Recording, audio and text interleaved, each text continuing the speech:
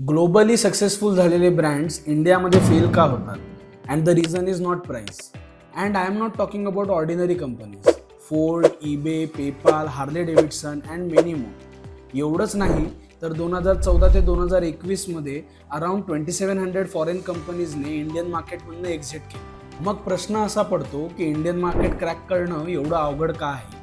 It's because global ब्रँड्सला एक गैरसमज आहे की इंडियासारख्या प्राईस सेन्सिटिव्ह मार्केटमध्ये आपण जर फक्त स्वस्त प्रोडक्ट्स काढले तर आपला बिझनेस चालू नाही. बट इन रियालिटी प्रश्न फक्त प्राईसचा नाही बट डायव्हर्सिटीचा आहे.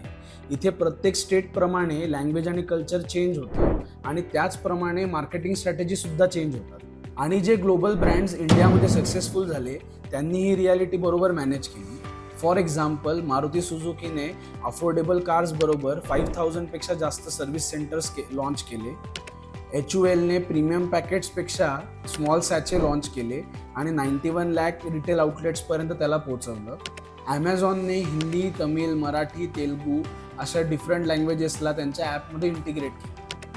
या सक्सेसफुल ब्रँड्समध्ये एक कॉमन पॅटर्न हा आहे की त्यांनी फक्त ग्लोबल स्ट्रॅटेजीज कॉपी पेस्ट न करता इंडियासाठी स्पेसिफिक स्ट्रॅटेजीज बनवल्या आणि that is why they became successful.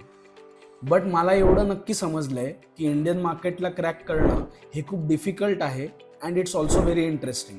तुम्हाला काय वाटतं जरूर सांगा.